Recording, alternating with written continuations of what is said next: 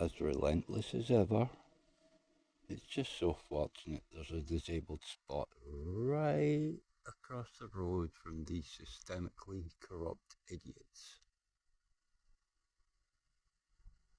I just find it hilarious how they came to my home to try and give me grief for telling the truth about corruption.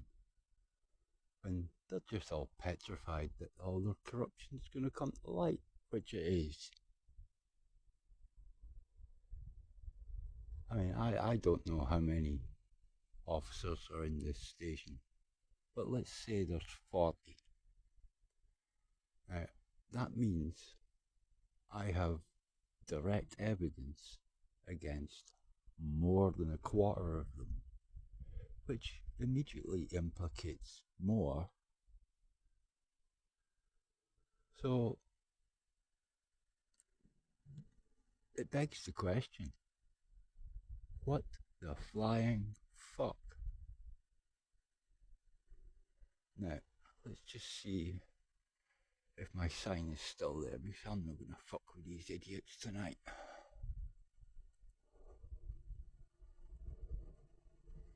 Now, I put Dymo labels on several signages a few weeks ago.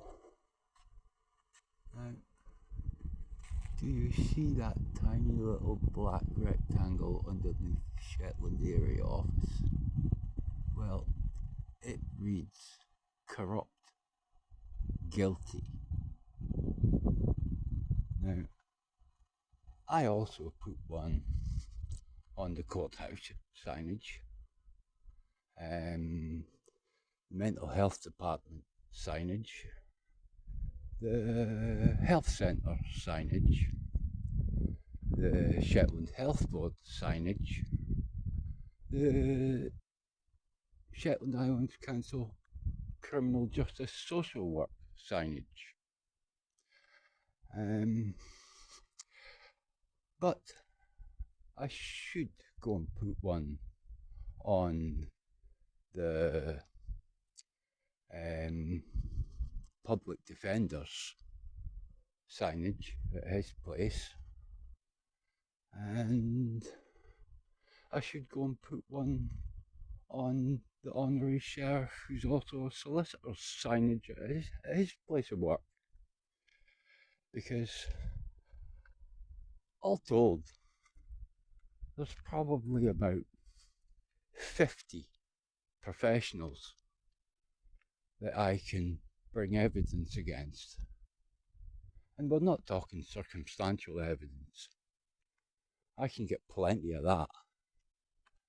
And I know what questions to pose to which corrupt pricks to force them to, well, compel them to reveal more shit. Because if they don't, they'll be in deeper trouble. They really don't have a fucking clue who they've messed with. The NHS for destroying my life, for cutting my already short lifespan shorter, for not stopping the antagonistic medications when I told them in 2007 that I was dealing with multiple personality disorder, or that's what it was called back then. And I've since found out that antagonistic mental health medication is the most dangerous medication to prescribe to a person with such an issue. Now, when I told them in 2007, they should have immediately scaled down the single antagonistic for critical assessments. Now, they did no assessments, and they scaled up that antagonistic to maximum dosage and added in a second one to make it a combination therapy schedule. Now, people might think this guy doesn't know what he's talking about. Afraid I do, folks. Now, brain damage can occur even if you're not dealing with multiple personality disorder. But thanks to those fucking morons at the NHS, I'll never be able to put all my component parts back together. All my floating personalities, the screaming, unstable, emotional child, the animal and the animal twin brother, those three identities and floating personalities will always remain separate for the rest of my short existence. Now, in 2009, the police had the unfortunateness of dealing with the animal. Now, DC Ian Brown knows this because he let slip he was one of the officers. Now, that all started out, I was out drinking with a friend, and I can remember hearing somebody shout something when we were walking along the road, and the police car had just gone past us. We were walking one direction, the police car going in the opposite direction. And I heard somebody shout something, but I wasn't paying attention because I was busy stuffing my puss with a cheeseburger. But I heard car tires screeching. And then I can't mind anything till I came to standing bolt upright in a police cell. I was just standing there like a statue. Now, according to Stephanie, and according to DC Brown, I was a non-verbal Neanderthal with the strength of about 6 people. Now, the 2 officers that grabbed me without identifying themselves, after accusing me of shouting something which is physically impossible, how could they have seen me shout something if they were 20 metres opposite direction travelling in a car? So those 2 officers are liars straight away. Now, apparently, according to Stephanie and Ian, the 2 officers quickly had to call for backup. The backup then had to call for backup, and the backup of the backup had to call backup. All just for 8 big burly male officers to barely struggle to get little old scrawny me into a set of cuffs.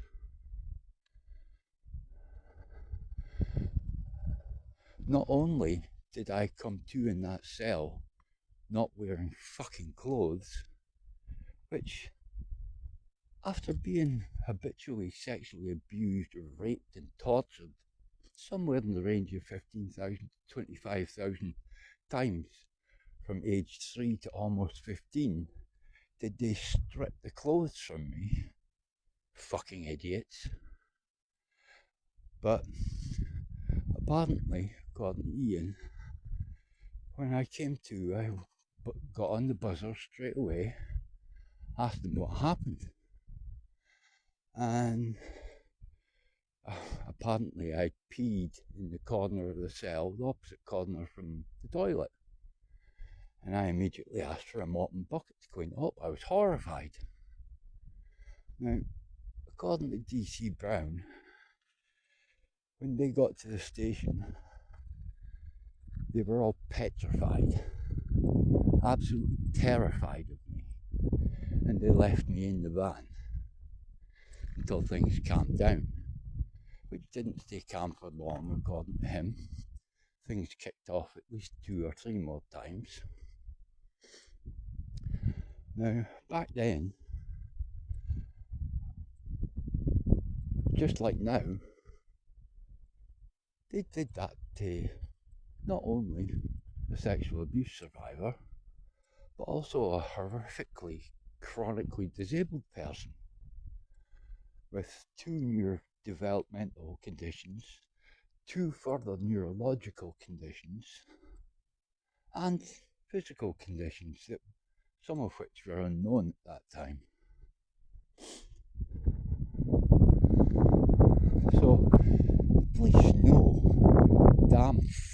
well that I have multiple identities. Yet in 2023, they wrongly convicted me as guilty when it should have been not guilty. But because of the damage that the NHS psychiatrists have done, and all the medications that should never pass my lips, the way that it's changed my brain structure, function, and probably reduced white and grey matter volumes, possibly caused alteration to the basal ganglia and more. It's no wonder when I figured out the brain damage aspect that the Shetland Health Board moved heaven and earth to fraudulently alter my records to escape culpability. Oh, hello police. Oh, fucking tossers. In the UK, ask for your records. I'm not sure about England, but in Scotland, they have 30 days to give you your records.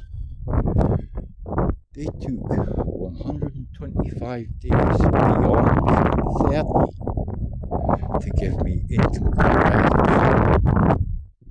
that were, I found within 60 minutes of getting them, that they'd been altered. Things that I did find was, I know my autism was finally diagnosed after years of telling them I had autism. I know they diagnosed it in November 2023, and my ADHD was March 2024. Now, I found a letter, I think it was 17th of March, don't quote me on that, but it said in that letter from the psychiatrist to the GP that autism was only suspected and nothing about ADHD. Now, I'm sure the 17th of March was the day I got my ADHD diagnosis. So, there's that. There's a few more issues, but I've not gone through the rest of the paper copies or the digital copy. But I do have subject data access request information from 2 other medical entities that contradicts their lies and bullshit in the fraudulent medical file. So there's that.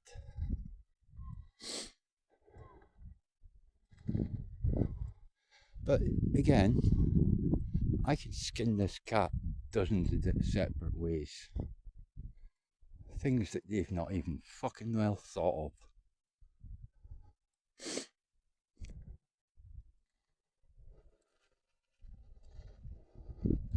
And as for the incomplete records that the incomplete fraudulent records they gave me, all files from 2005 to 2014 weren't handed over when I finally picked up my medical records after 155 days from the point of requesting them. So that action alone implicates them even further.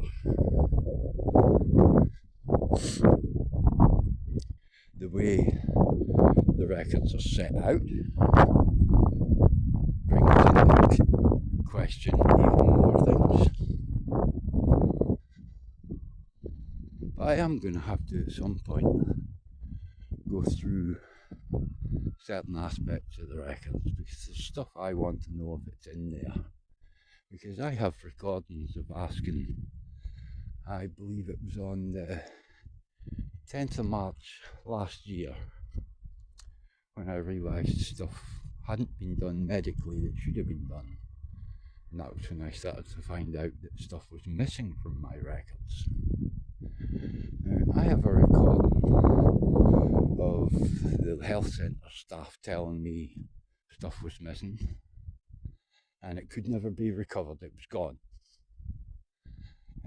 I also have recordings of other physician appointments where I asked about certain stuff if it was there, and got told the same thing, it was gone.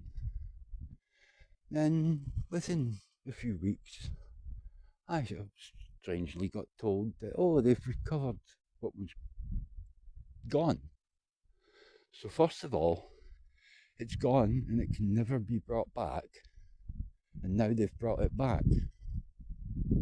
They don't realise how far they are implicating their own corruption.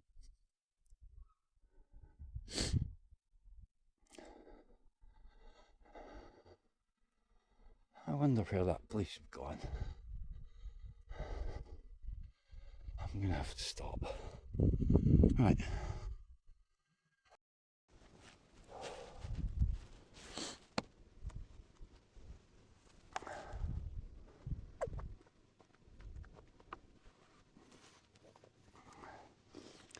What else are we going to talk about?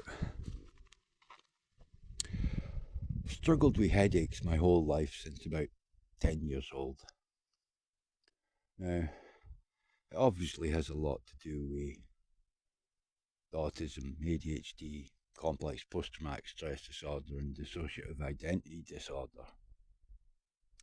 It might also have something to do with a potential issue of binocular vision dysfunction, which I'm going to get checked out at the beginning of the month.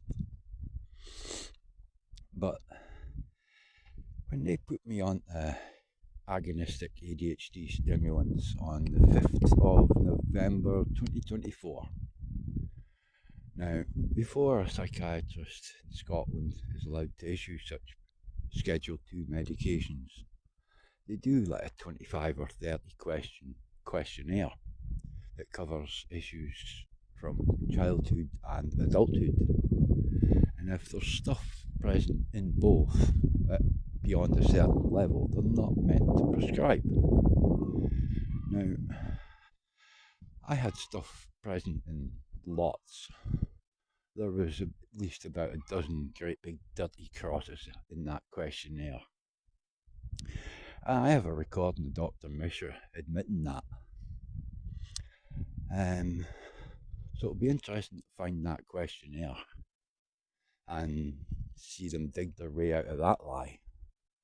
But they issued that agonistic stimulants, and at one point one of the 3 psychiatrists overprescribed in 24 hours twice. The first time somewhere like near 1200 milligrams above and beyond the 75 milligram threshold per day. And prescriptions here in Scotland are 28 days. So whatever 1200 divided by 28, that's how much they overprescribe beyond 75 milligrams each day. I noticed that the chemist told the pharmacist, no, don't issue it, I'm going back to complain. Went back, complained, went back the next day, and they still overprescribed. I mean, can a psychiatrist not do basic math? I mean, what are they playing at? I've got all that prescriptions photographed, and when the receptionist gave me the second prescription, and I looked at it straight away, saw the overprescribing again, and this is the words that came from Dr. Rao to Karen, the receptionist, when I questioned 2 boxes of dexamphetamine that weren't needed.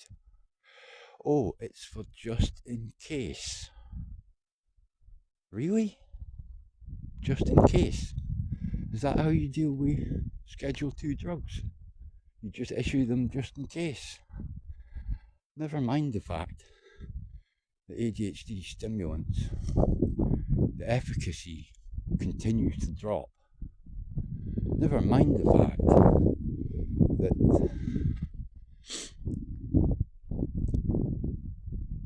amphetamine-based stimulants cause destruction of bone at some level. There's scientific studies out there that prove that shit. Never mind the fact that 2 out of 3 of those psychiatrists ceased those agonistic stimulants without notice, just to try and make me lose my shit, because they knew they were fucked at that point. Never mind the fact that when I first called them out on the fact that I'm stopping these antagonistic combined therapy medications, I'm sure they're hurting me. Now, this is before I knew about the brain damage medical science stuff. Now, Dr. Death, as I call him, Dr. Kevin Morgan, he tried to coerce me to keep on taking those combined therapy medications. And he's a psychiatrist. He's trained as a doctor, a GP, and then further trained in psychiatry. He knows the ramifications of these medications. And the recording of him claiming not to know what the word antagonistic means, that recording alone will end that prick's career. I will end the careers of 2 out of 3 of those psychiatrists. As for Dr. Rao, I'm not sure what she'll face for overprescribing Schedule 2 drugs twice in 24 hours to such a horrific level. But at this point, I don't really give 2 fucks. I've tried to be nice for as long as I can, but they want to mess with a fucking bull, they're gonna get the horns. Fuck, I'm gonna have to stop again. Right, I'm gonna stop this recording. I'll speak to you fuckers later. Just realised I started to tell a story, then got lost in 10 other stories. The headaches I've suffered since I was a child. Now, last year, about in July, when all my teeth suddenly came loose, which is one of the first things rheumatoid arthritis attacks in mouth and jaw. Now, I stopped asking for ADHD stimulants at that point, and in September I started treating myself with saffron every 12 hours, pure ground saffron, because of the medical scientific studies and clinical trials data on how it can be used as an NDRI medication. That first night I took it in Aberdeen, when I missed the boat and had to go to a hotel just about at meltdown stage. That was the longest I'd slept in one sitting in years. Now, not only does it work like an NDRI, but it massively repaired my clinical insomnia, and I got back aspects of cognitive clarity, focus, ability to strategize, etc. And I stopped taking saffron about maybe 2.5 weeks ago now. But while I was on ADHD stimulants, I didn't have to take paracetamol and ibuprofen for my headaches at all. I I did while I was on saffron, but not as much as I was before.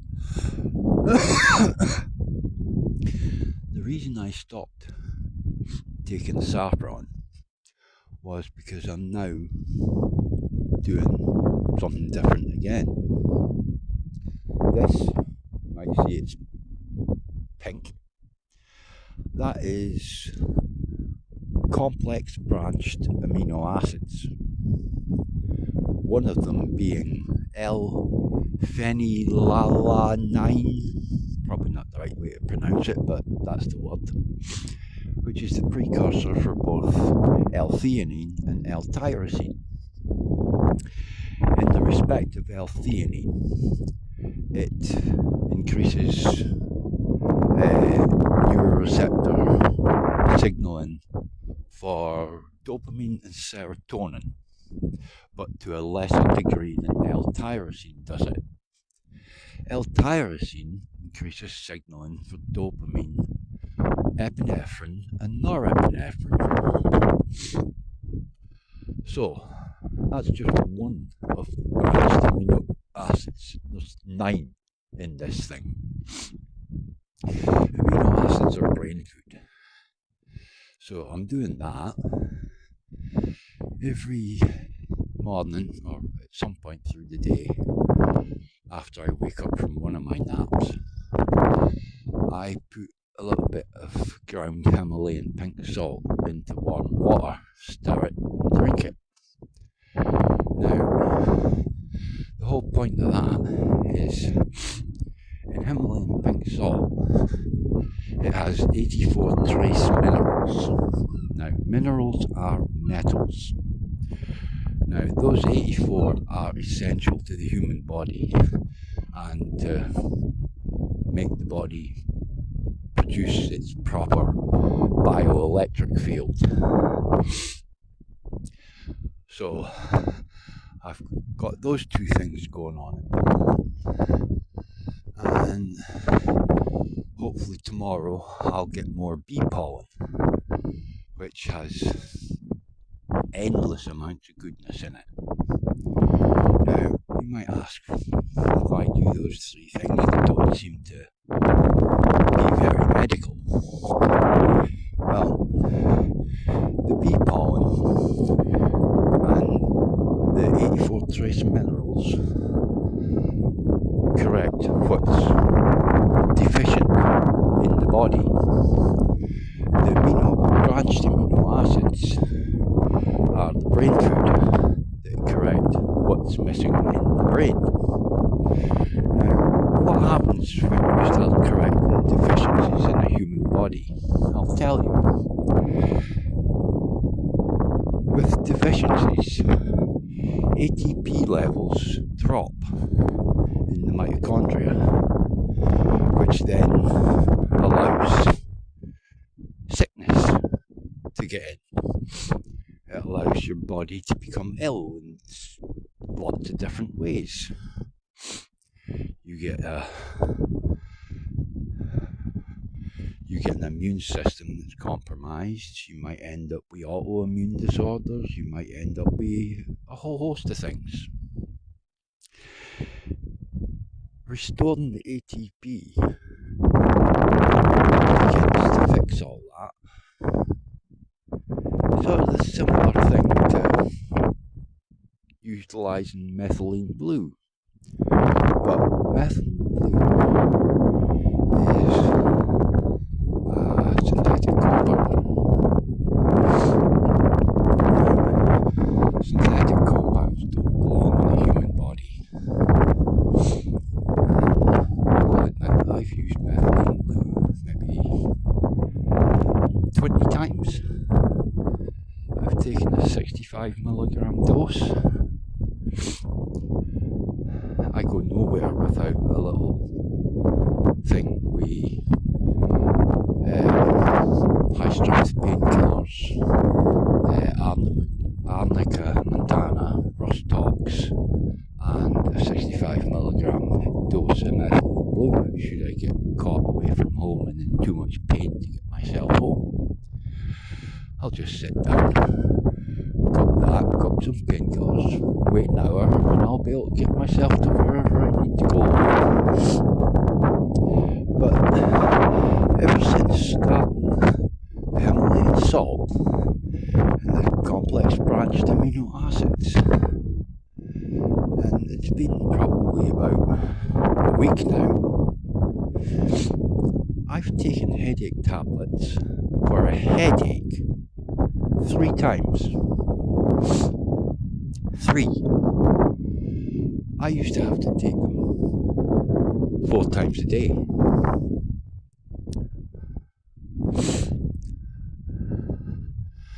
Tonight, I'm trying something different again, because I pretty much know it's rheumatoid arthritis, but I'm letting them test it. If it's not, I'll be stunned, because my hands, feet were sore permanently from pretty much a few days after they started ADHD stimulants. But since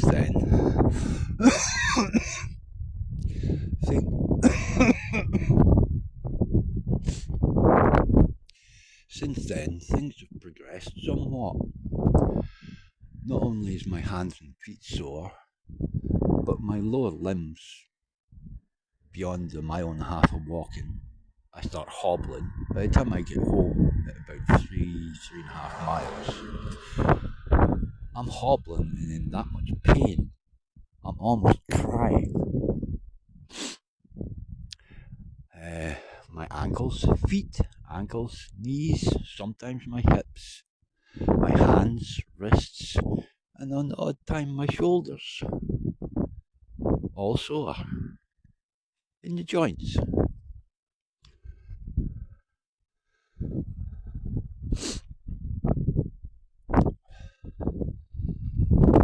So it'll be interesting to see whether what I'm done tonight will work, because I took no painkillers before I came out. I didn't use any Voltarol gel, but I did take a nicotine patch, a 10mg patch, and I chopped it into 1mg squares. I have a milligram patch on the back of each hand and on the outside of each ankle. Now, so far, I've walked almost 3 miles. I'm in no pain. None. I don't even feel my hands and feet. Kind of odd, that. Odd in a good way, but I am going to expose the entire medical industry for its lies and bullshit and how much they help people.